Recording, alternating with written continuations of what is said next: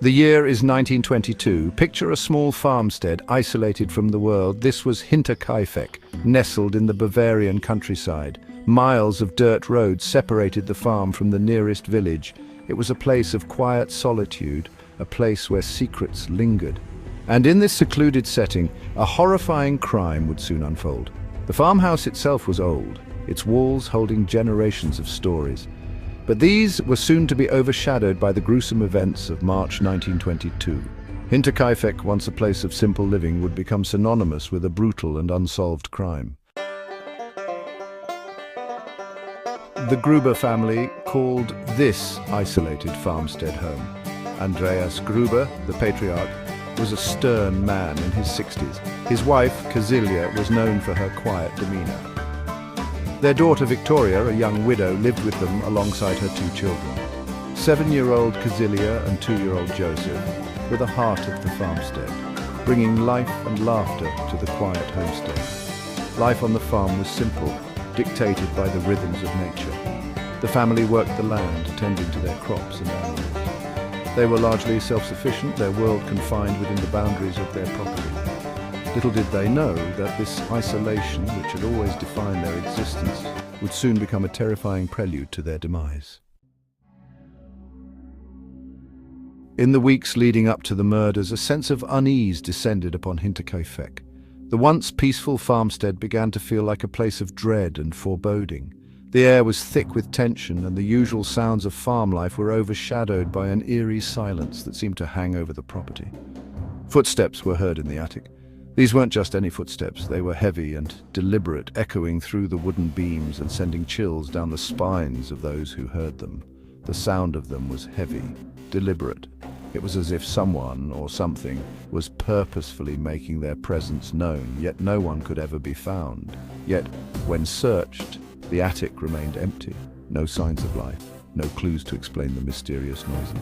It was as if the very walls of the farmhouse were playing tricks on its inhabitants.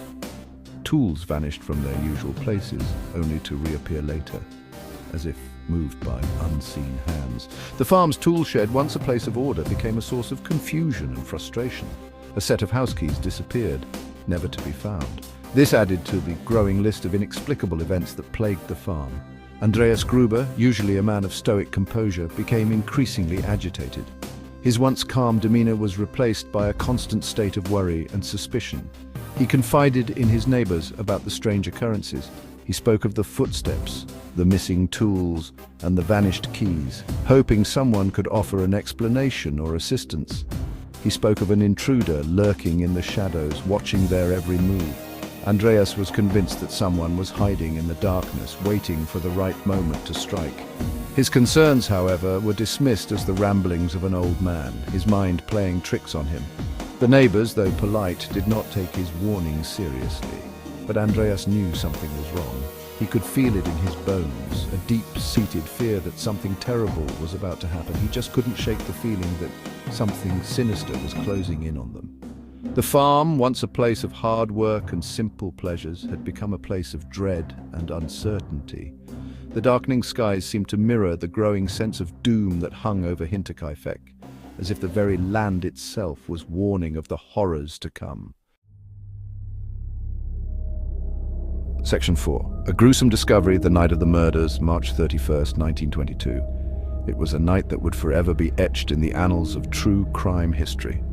The sun dipped below the horizon, casting long shadows over the Hinterkaifeck farmstead. The air was thick with an eerie stillness, as if the very land itself sensed the impending doom.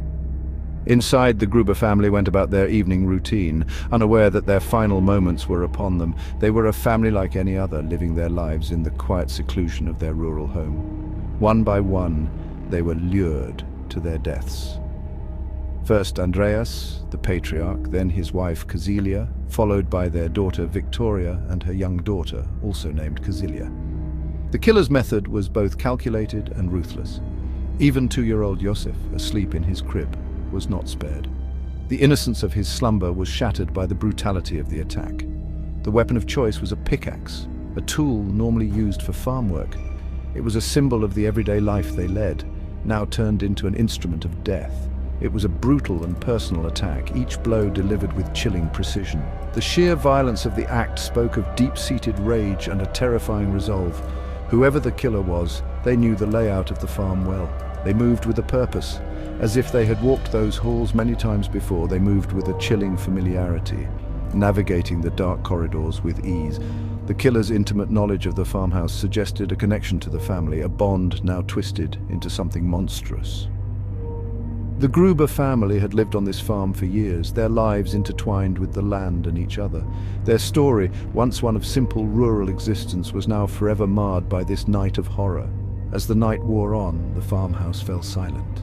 The only sounds were the whispers of the wind and the distant calls of nocturnal creatures, oblivious to the tragedy that had unfolded. When morning came, the sun rose over Hinterkaifeck, casting light on the gruesome scene. The tranquility of the farm was shattered, replaced by the grim reality of the murders. Authorities arrived, their faces somber as they took in the scene. The investigation would be long and arduous, with many questions and few answers. The mystery of that night would haunt Hinterkaifeck for years to come. The Hinterkaifeck murders remain one of the most chilling unsolved crimes in history, a dark chapter that continues to captivate and horrify those who hear its tale. Section 5. The Killer's Haunting Presence. Days in the Shadow of Death. What transpired in the days following the murders is perhaps the most unsettling aspect of the entire case. The killer didn't flee the scene. Instead, they remained at Hinterkaifeck, living amongst the bodies of their victims. They fed the cattle, they ate the family's food, they even slept in their beds. It was a macabre tableau, a scene straight out of a nightmare. The chimney smoked, a sign that somebody was inside, tending to the fire. Neighbors assumed the family was home, unaware of the horrors that had unfolded within the walls of the farmstead. It wasn't until several days later, when the family failed to appear for church, that suspicions arose. Section 6. A baffling investigation, dead ends and few clues. The investigation into the Hinterkaifeck murders was met with a wall of silence. The crime scene, though undisturbed, yielded few clues. The murder weapon, the pickaxe, was found in the barn, meticulously cleaned. There were no signs of forced entry, no witnesses, and no obvious motive. The killer had vanished, leaving behind a trail of unanswered questions. The remote location of the farmstead, coupled with the lack of forensic technology at the time, hampered the investigation. The police interviewed over 100 suspects, but each lead turned into a dead end. The murders at Hinterkaifeck remained unsolved, a chilling reminder of the darkness that can lurk in the shadows. Section 7. Whispers in the Wind. Theories and speculations. Over the years, numerous theories have surfaced, each attempting to shed light on the Hinterkaifeck murders. The gruesome nature of the crime, combined with the eerie circumstances surrounding it, has fueled endless speculation. Some believe the killer was a disgruntled neighbor seeking revenge for a past grievance. The isolated nature of the farm made it a perfect target for someone harboring a deep-seated grudge.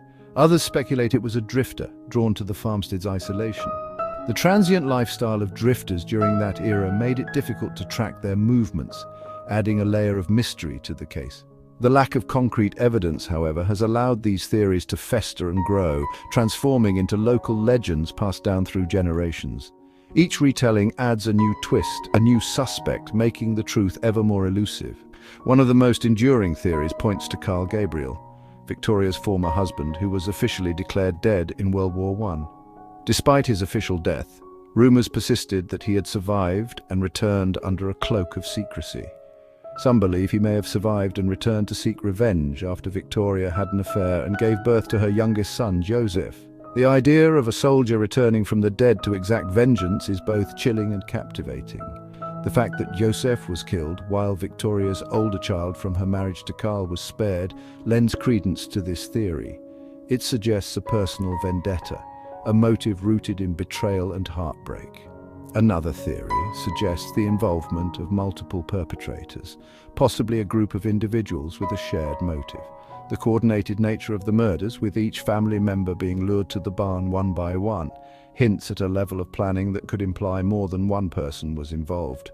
Despite extensive investigations, the police were never able to conclusively identify the murderer or murderers.